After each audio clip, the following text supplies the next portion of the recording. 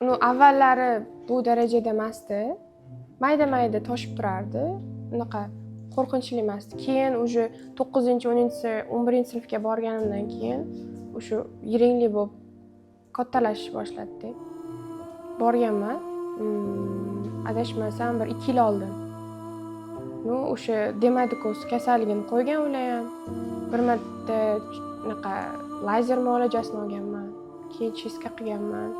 O'sha vaqt davomida qolgan, dorilar ichib, yuzimga o'sha mazza surganimdan keyin, undan keyin yana boshlab ketganda toshishni. O'sha muolajalar tugatganimdan keyin yana boshlagan.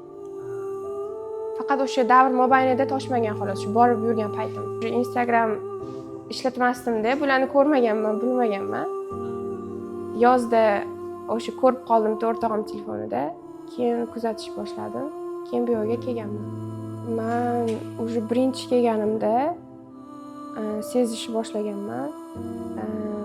Shu o'tgan undan oldingi hafta dog'larga qarshi ukol alohida boshladik. O'shanda ancha qizarishlar qoldi. O'shanda ham yana ham sezdim natijani. Minus taraflari yo'q. Juda ham yaxshilar, do'stona. Hammani anaqa teng ko'radilar. Bir xil qabul qiladilar hamma anaqalarini, mijozlarini. Juda ham yaxshilar, muomalalari ham. O'chirt. Kamchiligi shu kutib qolishimiz ozgina. Buni ham to'g'ri tushunsa bo'ladi. Iroda opaga katta rahmat aytaman. Shu bundan oldin borgan, misol bitta borgan doktorlarimda shu ma'lum bir muddat o'sha borgan paytim rezultat ko'raman, keyin yana sirazi boshlab ketadi.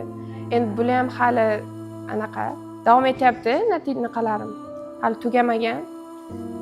Xudo xolasa niyat qilaman, umuman yo'q bo'lib ketadi, yuzimdagilar qolmaydi. Rahmat aytaman katta. Hozirgi natijalarim lekin zo'r, ko'z tegmasin.